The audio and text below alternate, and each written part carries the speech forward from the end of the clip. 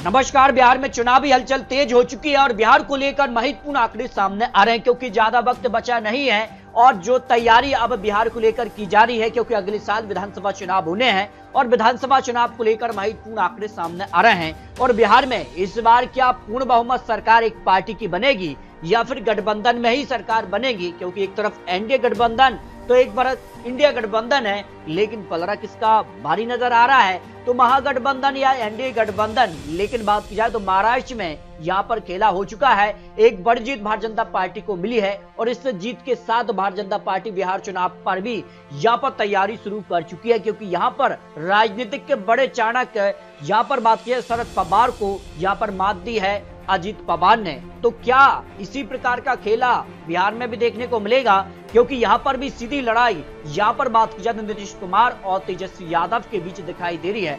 लेकिन जो उपचुनाव के नतीजे रहे हैं वो यहाँ पर नीतीश कुमार ने बाजी मार ली है क्योंकि यहाँ पर बात की जाए 2 सीटों पर Bharatiya Janata party, 1 seat JDU party और 1 सीट हम पार्टी के पक्ष में रही है जो उपचुनाव के नतीजे रहे हैं। और इससे पहले जो यहाँ पर रिजल्ट था 2 सीटें आरजेडी के पक्ष में, 1 सीट यहाँ पर बात की तो हम पार्टी और 1 सीट बीजेपी की रही थी। लेकिन इस बार उपचुनाव में सीधे तौर पर फायदा एनडीए को मिला है, जिनमें अगर बात की तरारी सीट पर भारतीय जनता पार्टी, रामगढ़ पर भारतीय जनता पार्टी, बेलागंज में जेडीयू और इमामगंज में यहाँ पर हम पार्टी को जीत मिली है। और जीत का अंतर भी एक महत्वपूर्ण फैक्टर के तौर पर देखा जा रहा है क्योंकि अगर बात की जाए तो यहाँ पर भारतीय जनता पार्टी को यहाँ पर जो जीत मिली है उसके पीछे अगर बात की जाए तो सीधे तौर पर यहाँ पर जो एक बड़ा कारण रहा कि यहाँ पर अन्य उम्मीदवार जिसमें यहाँ पर प्रशांत किशोर यहाँ पर अलग से पार्टी बनाई है, यहाँ पर जन स्वराज पार्टी, और इस पार्टी को अगर बात किया तो यहाँ पर 5,622 वोट मिले इस सीट को लेकर और यहाँ पर 10,612 वोटों के अंतर से भारतीय जनता पार्टी ने इस सीट पर जीत हासिल किया है। यानी यहाँ पर अगर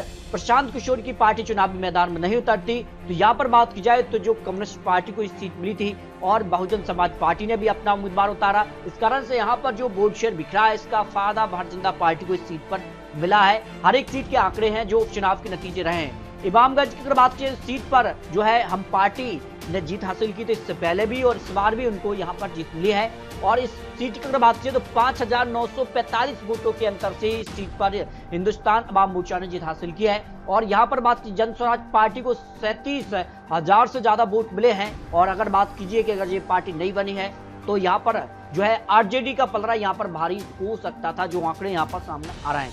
इसके अगर बात की जाए तो रामगढ़ विधानसभा सीट की बात किया बिहार को लेकर जो आंकड़े रहे ये भारतीय जनता पार्टी ने इस सीट पर जीत हासिल की, लेकिन जीत का अंतर मात्र 1362 वोटों का अंतर रहा है। और अगर बात की जाए तो यहाँ पर राष्ट्रीय जनता दल यहाँ पर तीसरे नंबर पर रही, बहुजन समाज पार्टी यहाँ पर दूसरे नंबर पर रही, जन स्वराज पार्टी यहाँ पर चौथे नंबर पर रही जिसको 6,513 वोट मिले। और अगर बात की जाए तो यहाँ पर जिस कार से यहाँ पर जो है आपसी जो यहाँ पर क्षेत्र जो पार्टियां हैं वो वोट शेयर सीधे तौर पर बिखारी, जिसका नुकसान यहाँ पर राष्ट्रीय जनता दल को यानी आरजेडी को देखने को मिल रहा है। जबकि बेलागंज की बात की जाए तो इस सीट पर यहाँ पर जो है जेडीयू ने जीत हासिल की और यहाँ पर बात की जाए आरजेडी दूसरे नंबर पर रही और एक बड़ा अंतर यहाँ पर जीत में रहा। उसके पीछे का कारण रहा कि यहाँ पर जन स्वराज पार्टी ने 17,285 वोट हासिल किए। इसके अलावा कुछ और पार्टियां चुनावी मैदान में रही थी। तो यहाँ पर सीधे तौर पर माना जा रहा है कि इस बार जो बिहार में यहाँ पर चुनाव होंगे वो न सिर्फ भारतीय जनता पार्टी विशेष यहाँ पर बात की जाए तो आरजेडी, इसके अलावा जो एक नया गठबंधन बन रहा है इसमें एआईएम पार्टी है, जन स्वराज पार्टी हो जाती है, बहुजन समाज पार्टी है, ये सीधे तौर पर नुकसान क्या आरजेडी पार्टी को पहुंचाएंगे। इसको लेकर बात किया तो बिहार की सभी 243 सीटों का ओपिनियन पोल भी सामने आ चुका है। तो बिहार को लेकर अरवल की अगर बात किया 2 विधानसभा सीटों में से 1 सीट पर एनडीए और 1 सीट महागठबंधन में जाने का अनुमान ओपिनियन पोल के सामने लगाया जा रहा है। औरंगाबाद की 6 सीटों में से एनडीए को 2 सीटें, 4 सीटों पर इंडिया गठबंधन का पलड़ा भारी नजर आ रहा है। अगर बात की जाए जहानाबाद की 3 में से एनडीए को 2 सीटें, 1 सीट है इंडिया गठबंधन के खाते में जाने का अनुमान सामने आ रहा है। किशनगंज की 4 विधानसभा सीटों में से एनडीए को 2 सीटें और यहाँ पर इंडिया गठबंधन को 2 सीटें जा रही हैं। जमुई की 2 विधानसभा सीटों की बात की तो एनडीए को 1 सीट और 1 सीट इंडिया गठबंधन के पक्ष में जाने का अनुमान ओपिनियन पोल के सामने लगाया जा रहा है। वही बिहार को लेकर बात किया अगले जिले की पूर्णिया की यहाँ पर 7 विधानसभा सीटों में से एनडीए को 3 सीटें और इंडिया गठबंधन को यहाँ पर 1 विधानसभा सीट पर जीत का अनुमान यहाँ पर दिखाई दे रहा है। अररिया की बात की जाए 6 विधानसभा सीटों में से एनडीए को 2 सीटें, 3 सीटें इंडिया गठबंधन और 1 सीट अन्य के पक्ष में जाने का अनुमान सामने आ रहा है। यहाँ पर बात की जाए पटना की 14 विधानसभा सीटों में से एनडीए को 10 सीट तो इंडिया गठबंधन का 4 विधानसभा सीटों पर पलड़ा भारी नजर आ रहा है। अगर बात किया बांका की 5 विधानसभा सीटों में से एनडीए को 2 सीटें और इंडिया गठबंधन को 2 विधानसभा सीटों पर जीत का अनुमान है। अब तक बिहार को लेकर 66 विधानसभा सीटों के ओपिनियन पोल में एनडीए प्लस के लिए 37 सीटें हैं, तो इंडिया गठबंधन को 28 सीटें, 1 सीट अन्य के पक्ष में जाने का अनुमान सामने आ रहा है। मधेपुरा की 4 विधानसभा सीटों में से अगर बात किए तो 1 सीट एनडीए और 3 सीटों पर इंडिया गठबंधन का पलड़ा भारी नजर आ रहा है।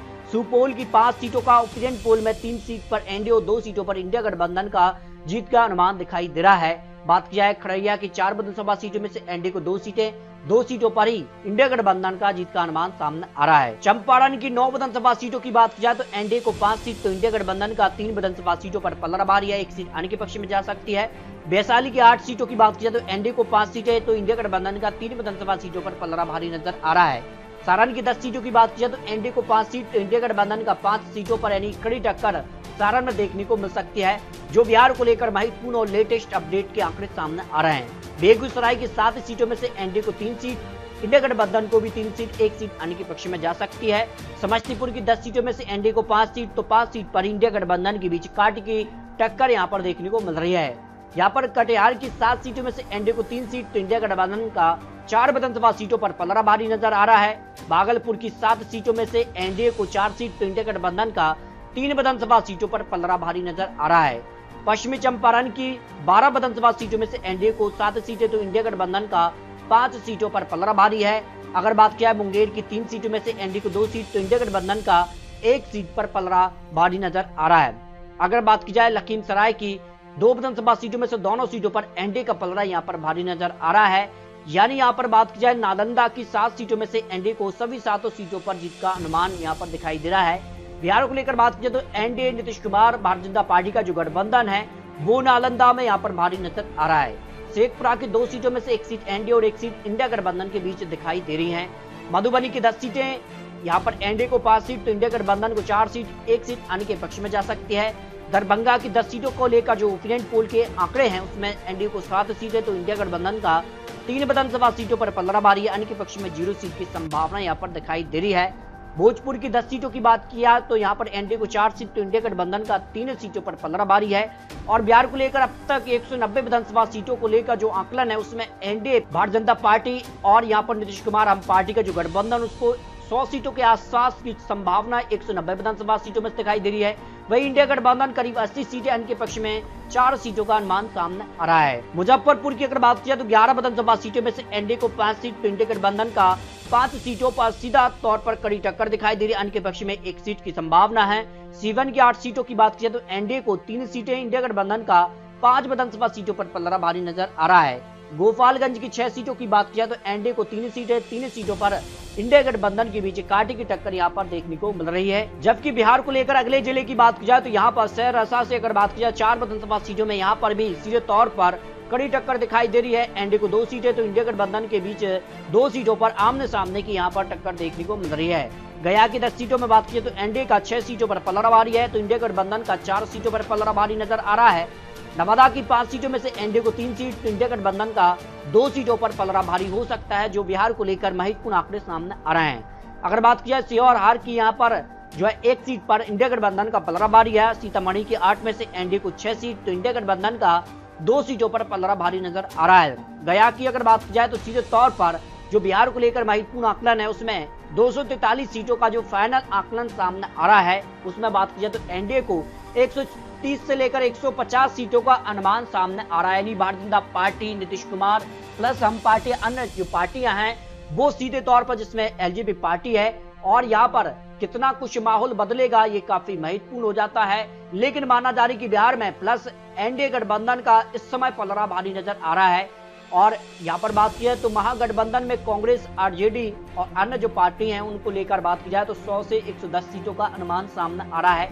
अन्य के पक्ष में 5 से 10 सीटों का अनुमान हो सकता है, क्योंकि बिहार में जिस कहा से यहाँ पर तैयारी देखने को मिल रही है और बीजेपी यहाँ पर जो है चुनावी रणनीति अभी से शुरू कर चुकी है। और इस बार जिस कहा से नीतीश कुमार एक बार फिर से बीजेपी में आए हैं और यहाँ पर बिहार में लोकसभा चुनाव में भी यहाँ पर जबरदस्त फायदा भारतीय जनता पार्टी को देखने को मिला है। इन सारे अगर कारणों के बाद माना जा रहा है कि बिहार में विधानसभा चुनाव की जो तैयारी है, आज विधानसभा चुनाव होते हैं तो नीतीश कुमार एक बार फिर से आरजेडी पर भारी दिखाई दे रहे हैं।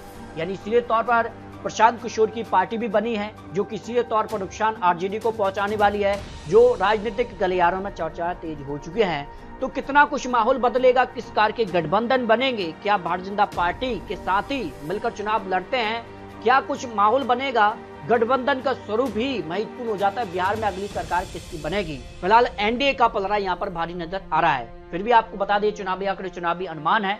आपको क्या लगता है बिहार में अगली सरकार किसकी बनेगी, इसको लेकर आप रख सकते हैं, क्योंकि आपके विश्लेषण और आपके कमेंट के आधार पर नया विश्लेषण बहुत जल्द आपको दिखाने जा रहे हैं। तो मिलते हैं दोस्तों और लेटेस्ट और महत्वपूर्ण विश्लेषण के साथ, तब तक ले जाए जय भारत।